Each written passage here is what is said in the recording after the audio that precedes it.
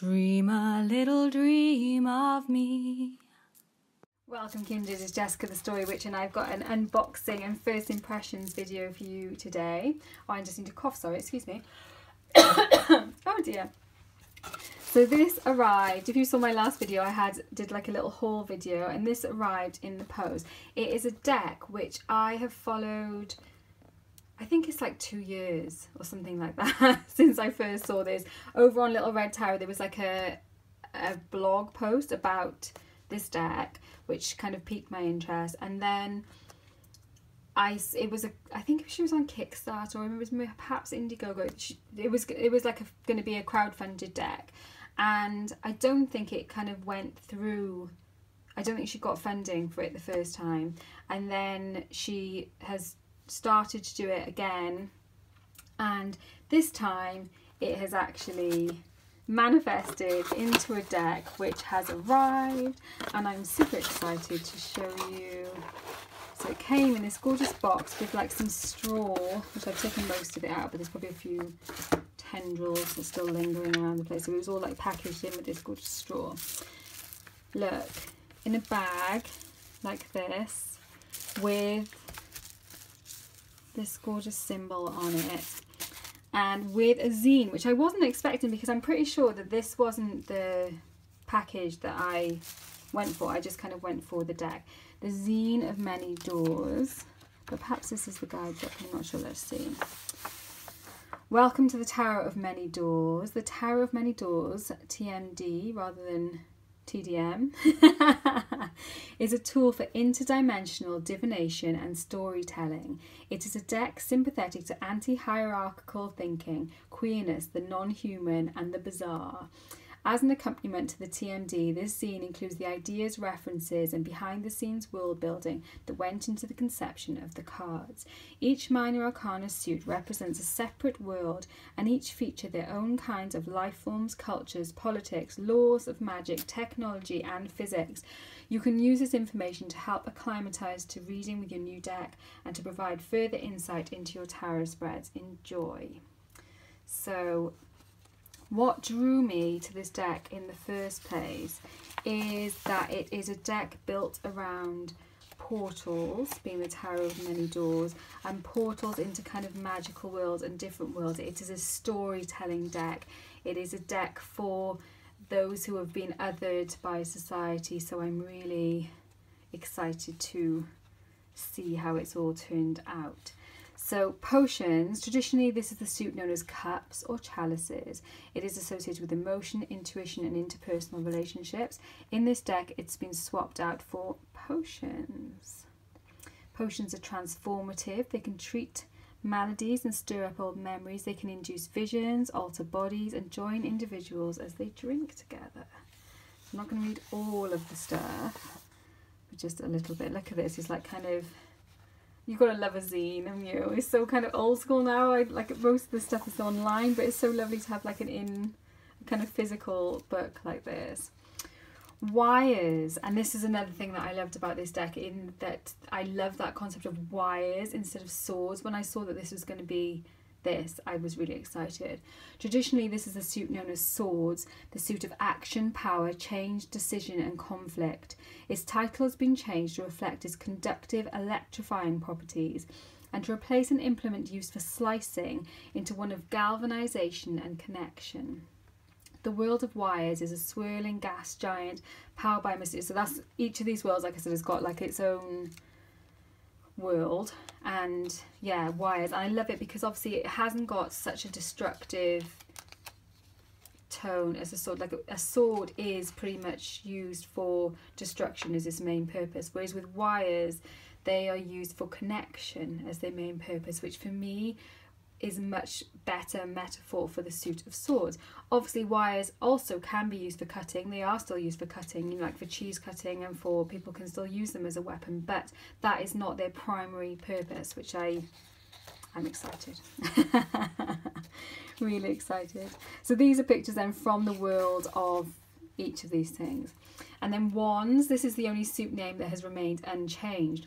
Wands are connected to the realm of the spirit, to creativity, exploration and experimentation. They are conductors of magic and will. They are tools for science, alchemy and art. And look at these magic wands down here.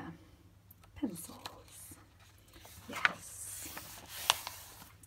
And there is some of the wand world. And pentacles, dice. Traditionally, this is the suit known as pentacles. It relates to the tactile physical world and often associated with material wealth, health and comfort. I've renamed the suit dice to highlight elements of chance, fate, luck and risk, as well as to question how wealth is lost, coveted, accumulated and hoarded, how financial success via capitalism is unfairly weighted, how the system can be gamed, but also how the house always wins. So that's a really interesting take on the four. I've forgotten her name, that's why I'm going back to see if I can see it on the front, but I can't. Hopefully she'll have written something in the back, the person's name who created this deck. Has disappeared from my head. But yeah, how powerful is that for the suits straight up? Loving it. And I'm going to have a proper dive into the imagery of this. Okay, Major Arcana changes. The following card names have been changed to better reflect the themes and politics of the deck. So instead of the Fool, we have the Child, which I love that because it's, you know, it is that innocence and also that it's a whole person ready to explore the world. So the only difference between a child and an adult is experience of the world. So yeah, I love that. And instead of the High Priestess, we have the Oracle. Instead of the Empress, we have Majesty. Instead of the Hierophant, we have the Archivist. Interesting. The Chariot is the Warp Drive. The Hanged Man is the Suspended. And here we have something about the courts. No more royalist cards. The Queen is the Reader. The King is the Speaker. The Knight is the Walker. And the Page is the Reverie. Yeah.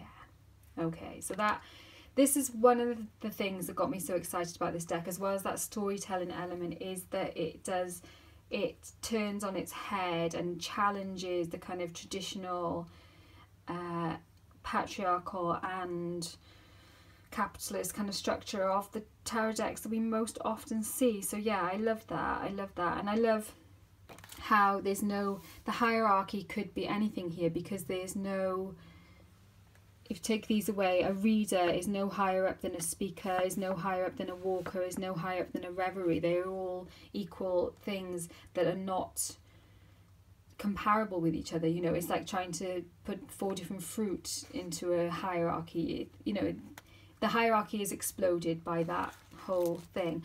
And I love Queen being reader and King being speaker, because that very much speaks to my personal take on the divine masculine, divine feminine, as like masculine is a kind of pushing out energy, whereas Queen is not passive, it's a pulling in energy. So reader, you know, you're pulling in that information. The King is a speaker, he's giving out that information. So yeah, I like that. Author credits. Octavia Butler, Samuel Delaney, yeah, you know, so it's like loads of people who I love. Ursula Le Guin, Jeanette Winterson, what's not to love? So she says, Dear Jessica, if you would like to access a digital copy of The Zine of Many Doors, you can visit, and use the passcode. So she's given me a thing to access a digital copy of this zine as well, which is cool. And Felix, that is the name of the person who created the deck. I knew it was, I couldn't remember what it was. And these are the backers which have backed it from the beginning, which I'm not here because I jumped on just before it was getting produced. Like I said, she didn't manage to get it backed, I don't think. I'm not sure the exact story of it, but I know that it's been a long time coming in. You know, people have been very patient and waiting for this.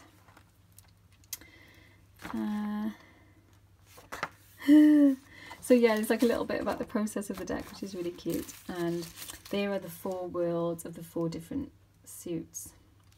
So let's have a look at the cards. shall we? So I love that it came in this bag. It's cool. Price wise, I'm trying to remember exactly what I paid. I think I paid £35 including the shipping. So even though it's an indie deck, it's not like a super expensive one. She is UK based, so obviously the shipping was cheaper for me. And it obviously comes in this gorgeous bag. And then there's a box too with the same symbolism as on the bag on a little sticker. So that she's, you know, she's had to produce it pretty much herself, I think. So I'm not sure what... The quality of the box doesn't feel amazing, but actually already the quality of the cards feels pretty good. So that's cool. So it's just like a little, normal little tuck box, you know, which is fine. And here we go with the cards. I'm going to go in a little bit closer so you can see, hopefully, a bit better the details of what I'm going to be showing. And this, like I said, this is the first time I've opened this deck, so I'm excited. So the child, and it almost looks like the child who is, you know, neither conspicuously male or female, is more like on an asteroid in space, but still with a little white dog, which is cute. So they've got little kind of little like motifs from more traditional tarot is in here from some of the pictures that I've seen of some of the cards already, but you know, not in the way that you would expect. And look, 4 arms, it's almost like a kind of alien type deck. And then we have the mage with these two curled around. It almost looks like a Pisces, but like a kind of gone a bit strange Pisces symbol with the elements all around. That's pretty cool. And look at that, the oracle. So still sitting in a crescent moon, and all of these eyes, and then that one massive eye in the center. They feel really nice actually, these cards. They're not super thick. Oh, I didn't show you the backs. Let's have a look at the backs. Look at all the doors. I love it. And I saw her process where she was talking about the backs, and that, you know, it needed to be reversible, so you can do reverse meanings, and you know, and it still works out okay. So yeah, I find that really very interesting take on the High Priestess. Okay, and then here we go. Majesty, or the Empress, which is no longer the Empress, it is Majesty, and that is a pretty majestic looking, looks like a whale, I think, although it doesn't have a fin. Yeah, lots of stars. And then so did she mention this in here, the stratagem? No. So obviously the Emperor is not the Emperor either, it is the stratagem instead. And you know, you can see the kind of underwater, but with the stars all around. It's almost like they're in space. So you've got the kind of space and water kind of element going on here. And what's that? Like, is that like a pearl? Perhaps it's this that is in the corner of the Majesty card. They're obviously, as you've seen, there's no guidebook for these. It is this zine is the only thing at the moment. There's not like an actual card by card guidebook, so it is going to be a case of reading into the imagery, you know. But I think the imagery, it does follow a Rider-Waite-Smith base, so you know, you're going to be able to read it from that point of view, but also obviously the imagery is evocative, so it should be able to be read from that point of view as well. You know, the pictures are doing the speaking here.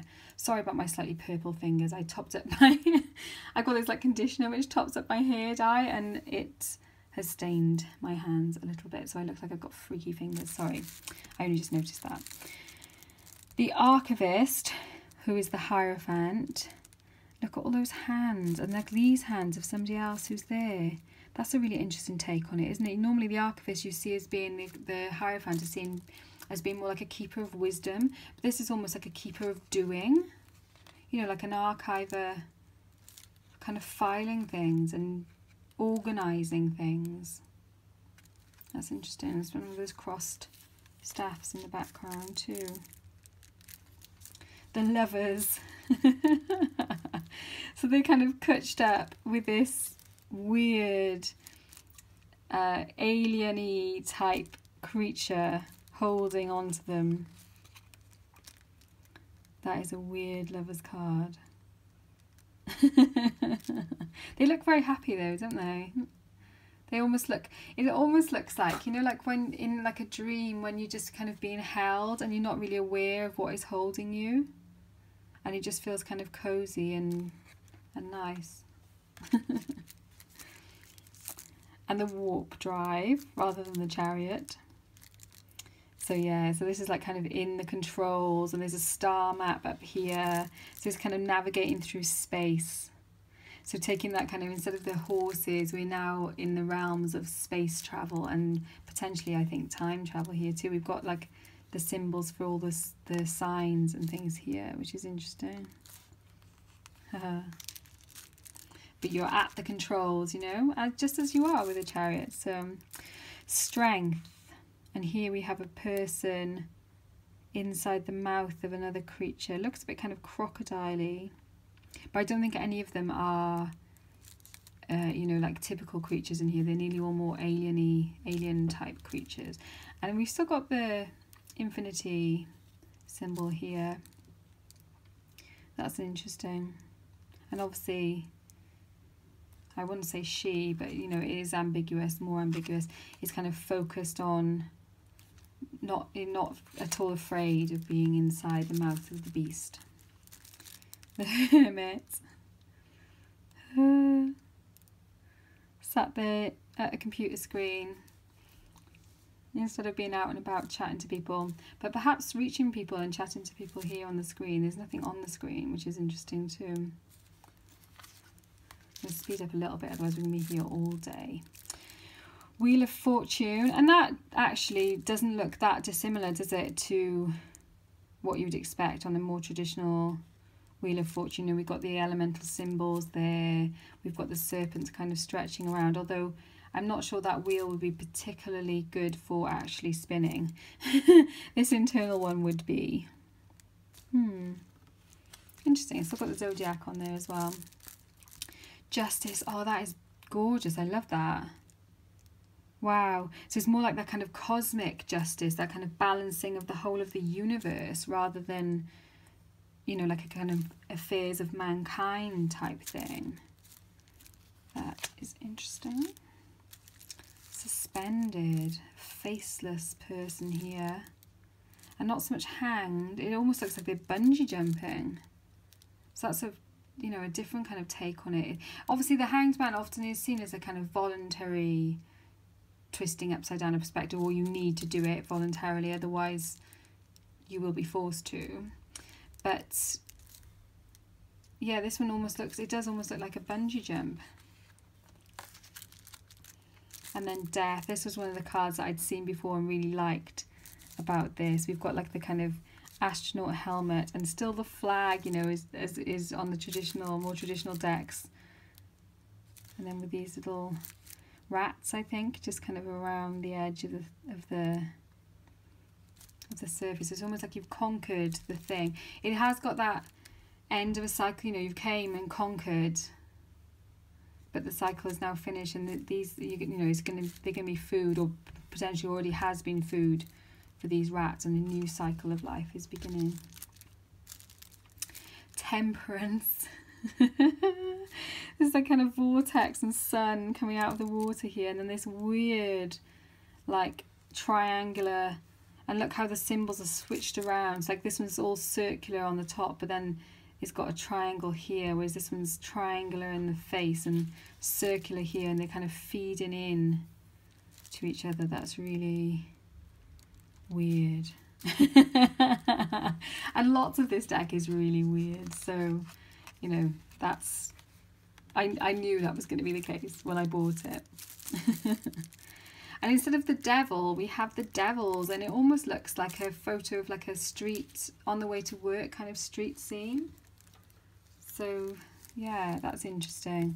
And the kind of light and shadow here I find really interesting as well, and they don't look all that happy, some of them. different kind of expressions, and sort of showing that the devil is not like this one force to be fought with. It is more subtle than that, it is more less easy to identify than that often as well. Being kind of faceless. The Tower. This meteor or asteroid is like hurtling towards these little, looks like little parachutes or like satellites, I guess. So communication is just going to be wiped out, you know, and everything's going to have to start again. I think that's a really cool Tower card. The Star, this is another one that I'd seen before and really liked it. It's like a, almost like the kind of ectoplasm of being, you know, that kind of primordial soup that everything, all life on this planet came out of, and that's where I see that connecting to. So this star is like, it's taking that healing right back to evolutionary roots, you know. That's, it feels like that to me. The Moons. And that's what I love about it. Just by adding the S's, you know, we've got devils, we've got moons. It's now no longer the thing. The definite article is taken away. It's not the now. It is moons. You know, there's more possibilities. There are more options, and that's what I love. Is that kind of bringing of the others are being included in this deck, which is one of the things that drew me to it. And look, different perspectives, and still, you know, the same sort of symbolism as you would expect, but like woven in totally different ways. Really interesting. And obviously, like, that card would be interesting from a reversal point of view as well, you know, where perhaps this would be a more traditional reading of the Moon card, and then this would be a offering you a whole different, seeing it from another whole perspective. The Sun. No babies here. But like, what is this? Some kind of beast wrapped around it, and somebody looking very, very happy. Interesting. Judgment. Whoa, look at that. That is really creepy. Yeah. So we've kind of got like this cityscape all drawn in here, and then this big figure in the sky blanked off. That almost feels to me more like a traditional judgment, more scary, you know, like that there's somebody in the sky who is judging us, than, yeah, it definitely carries that energy of like external judgment, being judged by something kind of not necessarily all seeing, but perhaps all knowing, with the with these symbols coming out here. And then again, not the world, but the worlds. Yeah, and we have the Dancer, as we would expect, although obviously looking a little bit more alien or robotic, and the same symbol. So, you know, mirroring the Wheel of Fortune card, as you would expect. And then, oh, okay, so we've got extra cards here. Yeah, so we've also got Solidarity, which is interesting. I think it did say actually there was like 2 extra cards in this deck, so these are obviously the 2 extras. So these kind of like faces, it does seem like they kind of persons, but linked together through this diamond and through almost like a serpent-like image in the centre there as well. That's interesting. And the Changeling. Which is an interesting card too. Yeah. You know, which is the Changeling really? So, and you know, in that case, it would probably be more useful to have a guidebook just from that point of view of different cards when there's something completely non-expected. Obviously, you can still read from the picture, but yeah, sometimes having the insight of the person who created it is helpful. So we're into the Wands, and we have here the Reader of Wands, and in the zine it told us that Reader is what she envisaged the Queen energy to be. And look here, it's almost like, it's like binary code all over it actually, and the cat is there, and you know, that's actually, it is like still the throne, the cat, you know, the, yeah, that's interesting, but almost like a more matrixy take on it. And then we have the Speaker of Wands. So the reading, it almost feels like the reading is being done through this kind of universal code, and the speaker is speaking this universal code too. And still, yeah, you know, still some symbolism of things that you would expect on these cards, which is really weird but kind of cool. Reverie of Wands, which is the Page. These wands almost look like dancers' ribbons, don't they? I think they like, yeah. And it's, yeah, like a kind of dream, but that spiral. Interesting. Walker of Wands, so that's the Knight, and it does look a kind of horse-like shape. Again, the wand with this, with the ribbon. They're all a little bit like broken down, and it, yeah, almost as if they have been a bit charred around the edges. So there's our Ace of Wands. I didn't say this, but obviously it's been, I'm sure it's been obvious as we go through that this is all like just a greys, whites and blacks deck.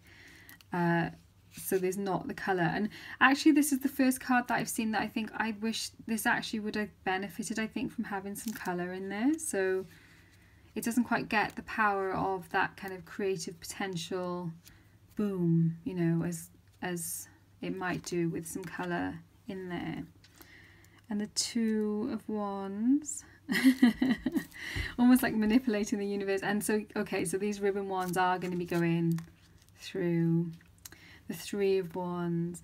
And it's, how cool is it that even though these aren't actual figures, you can tell and you can almost kind of get an emotional energy off them, even though they aren't, like, that's not a shape of a person, is it? But you can still get that kind of wistful yearning for a journey from that somehow, which I find kind of cool. Four of Wands, it looks like these meanings are all going to be fairly traditional. Five of Wands, I love that. That is really, yeah, that's really cool. And that's kind of how it feels sometimes, you know, it's not like actual people that you were even fighting against. It is like a more of a frustrated, just lashing out kind of thing. I don't know what to do with this creative energy, so I'm going to use it to be more destructive instead, you know. It's, yeah, that's interesting. And then Six of Wands. Okay, so that is a weird one for me. I don't think I'd necessarily know how to interpret that if I didn't go along the kind of traditional Rider-Waite take on it. Seven, and yeah, that's kind of quite traditional as well. Somebody kind of raised up, and then these other ones are kind of almost saluting them, I think. Sometimes it's almost like you've kind of won the battle in here, and now you are having to put your money where your mouth is and kind of lead the way. And then our Eight of Wands. Oh, look, and those ones don't have the ribbons, so that's interesting. Still this kind of coded, binary code language. This is almost like the ribbon now, snaking out. It's almost like they've freed themselves from their ribbons and they're shooting off. And then Nine.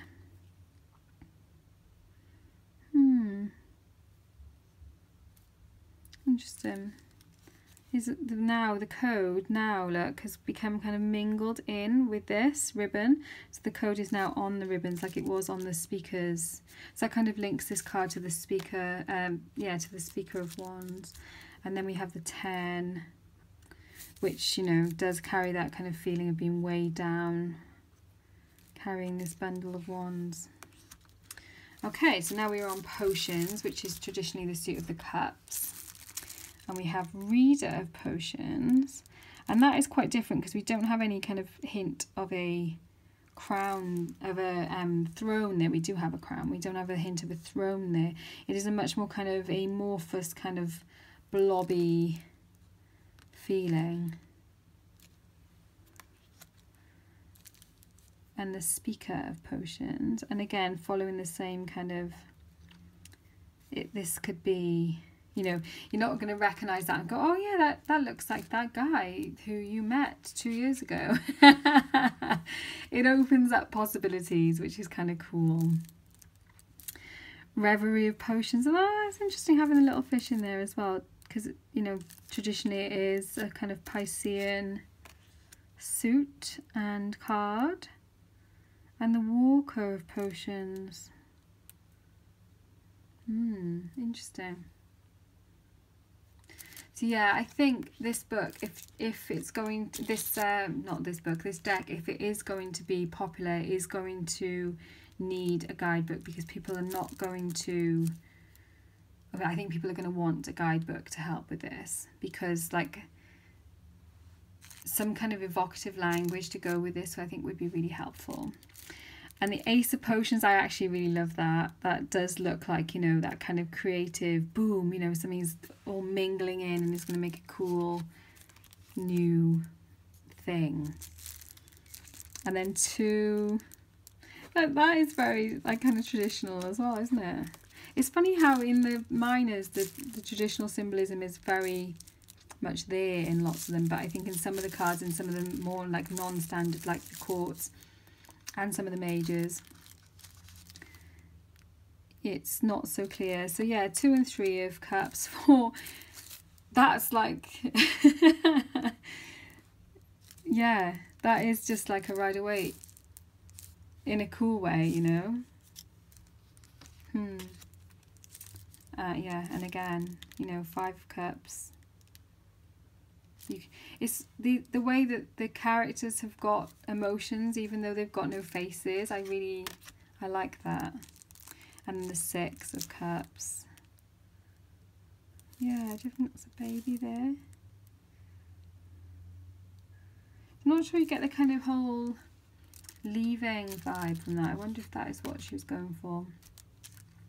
They were going for. And then 7. Whoa, kind of psychedelic-y background here. It's like, which one will you choose?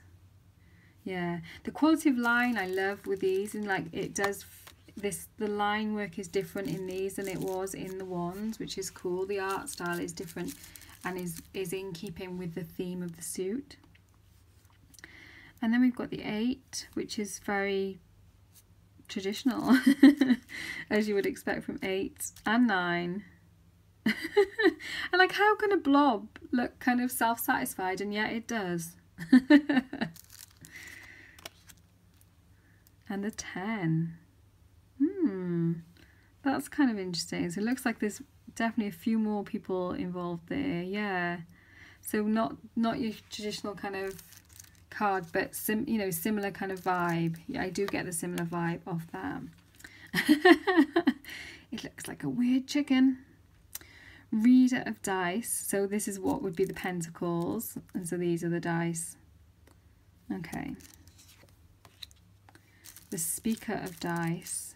So these have got a bird type theme, which is interesting because you would think maybe that would be more associated with air element rather than earth element, although I don't know, because that whole kind of primordial, like obviously birds have been around a very, very long time, longer than us. Reverie of dice. Yeah, it's almost like the Reverie cards, the page cards are very much message cards. It does feel like that, the ones that I've seen so far. Walker of dice. It's almost like, what's that?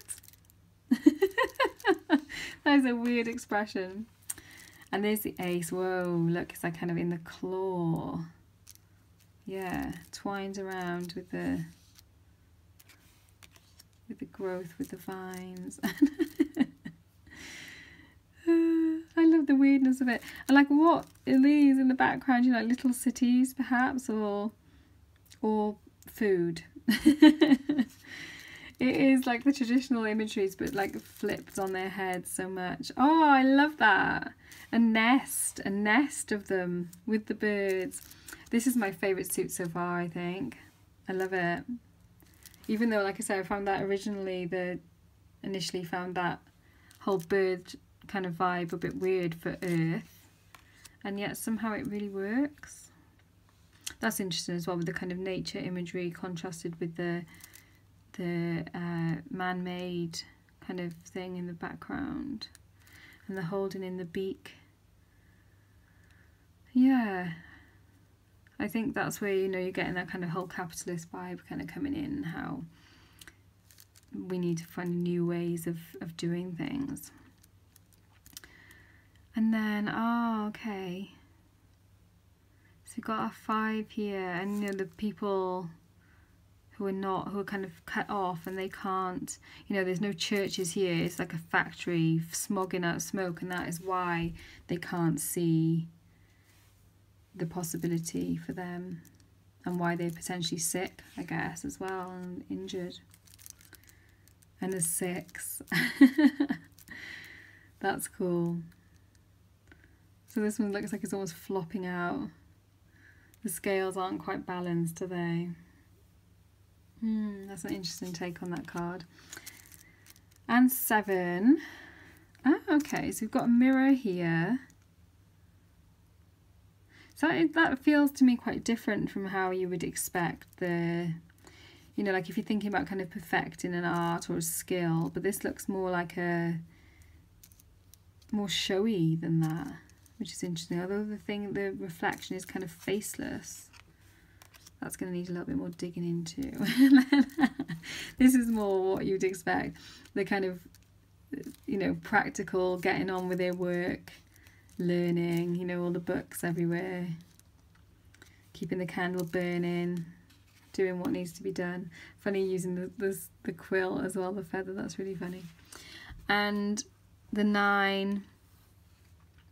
Oh, I like the sundial or moondial that's there. And yeah, this is very traditional in a way, even though obviously, you know, these bits aren't. And the 10, that's interesting.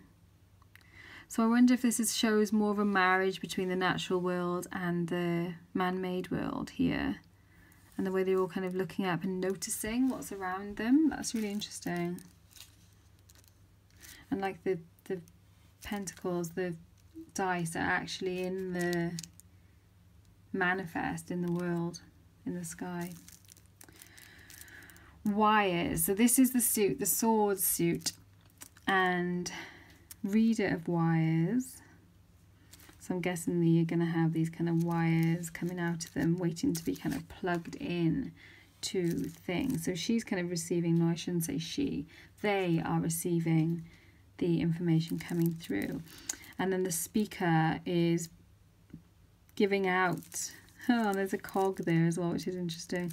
This one's much more kind of, it's more fluid lines around here, and there's more kind of structured lines around here, which is interesting.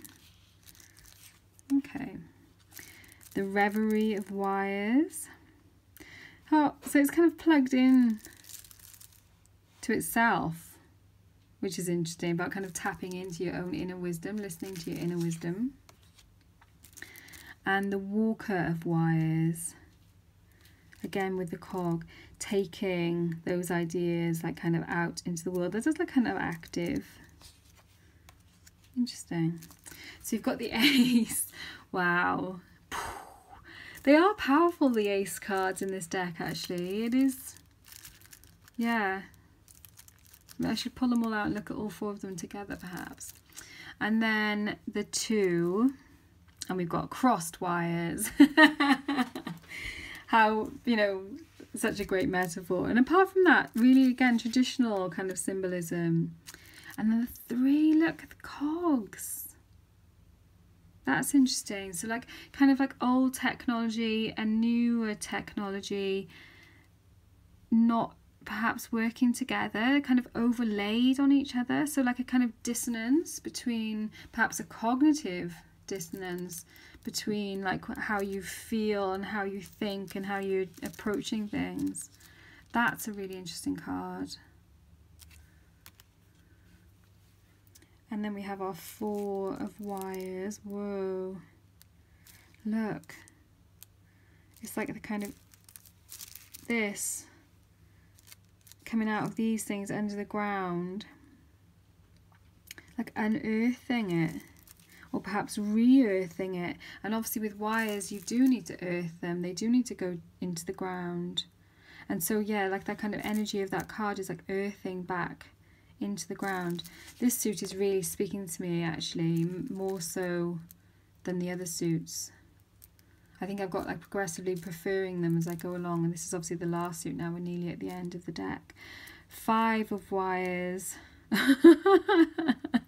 It looks to me, it's almost like it almost looks like a pissed off parent, and kids are like, oh no, rather than that kind of like fighting, backstabbing energy. It's like, right, that's it, up to your rooms.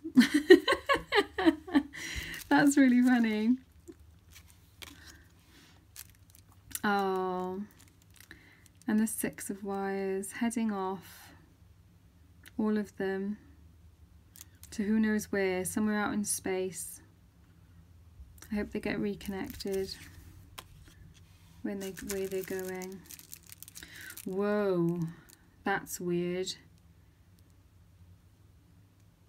So, you know, we've got this doorway here, and obviously this is the tarot of the many doors. That's really weird, isn't it? So it's like the person is seeing or receiving or sending one thing, but actually how it is being seen or how it is traveling out into the world or coming in from the world is like the opposite of what is actually being seen and received. Things are not what they seem. And then 8. It's very kind of robotic-y type image here, although, you know, still with the triangles obviously symbolising the elements too. So that's kind of, yeah, that's weird. It's almost like beetle-like. And the 9. All these wires layered up. Which one are they going to plug into? Or perhaps they just need to unplug from them all for a while and actually, yeah. Isn't it weird again, you know, that's not at all a human form, and yet, you know, you can feel the kind of emotion from that. And then, whoa. So that's the destructive end, you know, the end of that cycle, and the wires are all kind of linked up, but, you know, exploding and ending it. And that is the end of this video.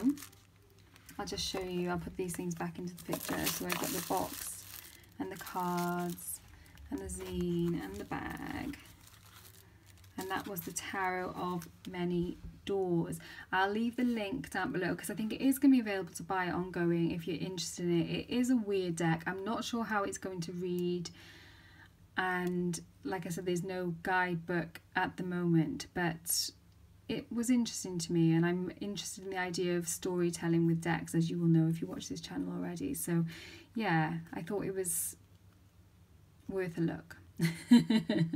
So I hope you've enjoyed it. Warmest blessings, and I will see you very soon.